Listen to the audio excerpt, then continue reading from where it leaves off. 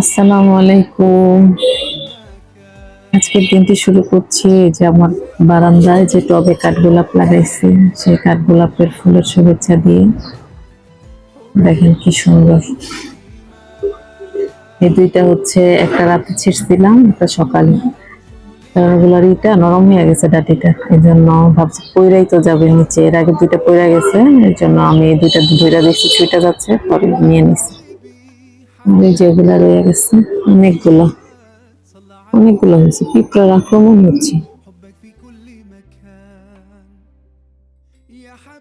আর এই যে এখানে কত কলি আসছে এটাতে, এই যে এটার মাথায়। আবার এই যে লেবু গাছটা দেখেন কত কলি আসছে, অনেক। প্রত্যেকটা ডালে ডালে দেখেন ফুলের কলি আসতেছে। এই লেবু গাছ থেকে অনেকগুলো লেবু খাইছি, বা প্রায় আটটা আটটা লেবু খাইছি। ধরছিল অনেকগুলা, 22টার মতো লেবু ধরছিল। পরে ছোট ছোট ছোট থাকতে এগুলো ডাল নরম হয়ে, গোটা নরম হয়ে পড়ে গেছে। সব ইয়ের থেকে আসতেছে, যে এখানেও আছে অনেক ফুল আসতেছে।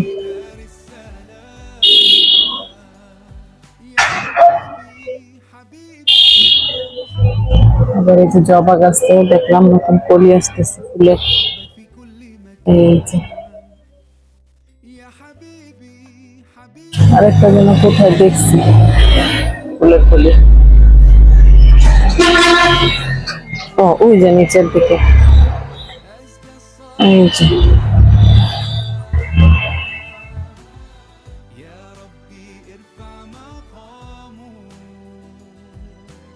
আর এই যে এখানে গোলাপ ফুলের গাছটা নতুন করে, যে এটাতেও কলি আসতেছে নতুন, দেখা যাচ্ছে কিনা।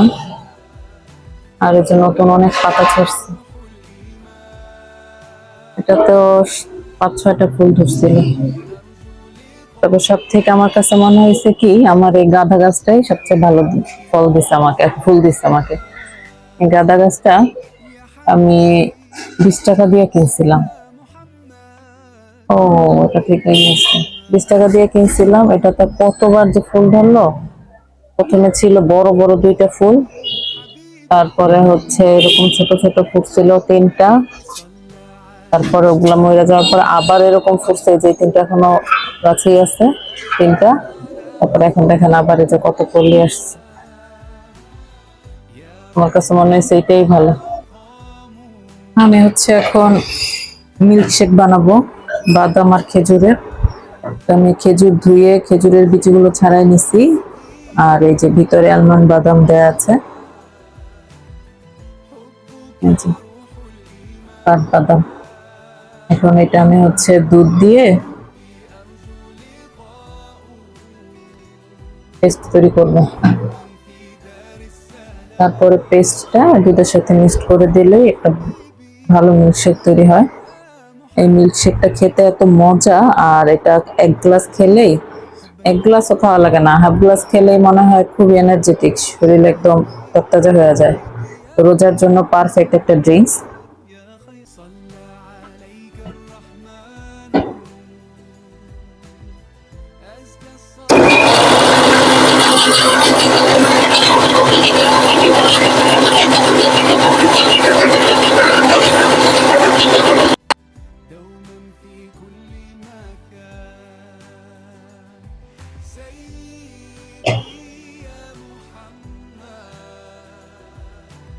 ঘন একটা পেস্ট তৈরি হয়েছে।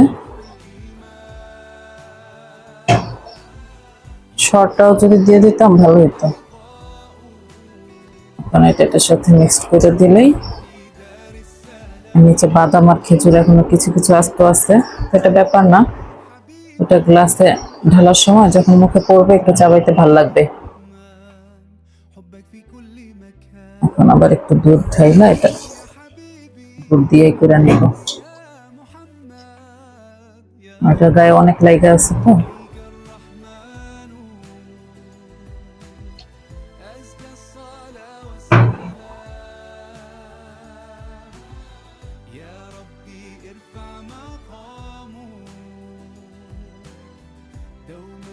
এটা বাচ্চারা অনেক পছন্দ করবে, আমার বাসার সবাই পছন্দ করে। আমি রোজা এটা প্রতিদিনই বানায় রাখি। আপনার একদিন বানাইলেই হচ্ছে 2 দিন 3 দিন খাওয়া যায়।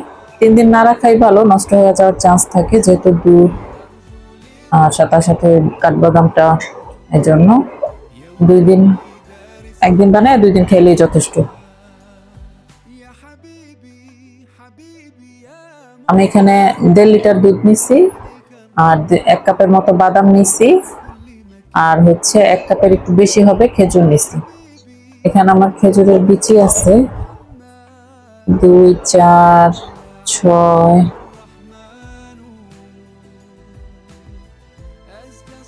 এখন আমি এই যে মিল্কশেকটা বোতলে করে রাখবো, তো পাতিল থেকে আর ঢালা যাবে না, এই জন্য আমি আবার এটাতে ঢেলা নিচ্ছি।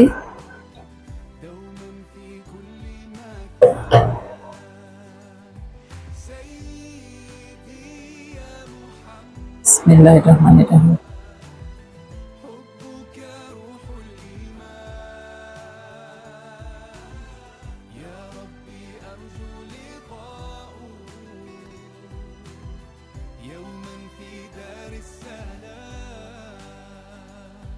يا حبيبي حبيبي يا محمد صلى عليك الرحمن তো এইভাবে একটা ড্রিঙ্কস বানায় খাইলে সত্যি অনেক মজা লাগবে।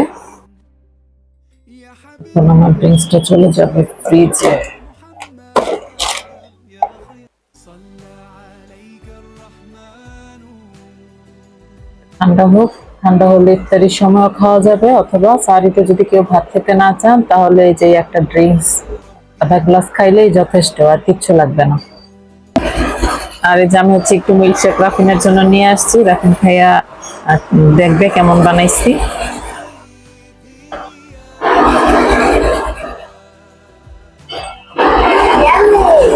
মজা হয়েছে? আমার চ্যানেলটিকে লাইক করে দিবেন, সাবস্ক্রাইব করে দিবেন আর কমেন্ট করে দিবেন। ওকে, বাই বাই।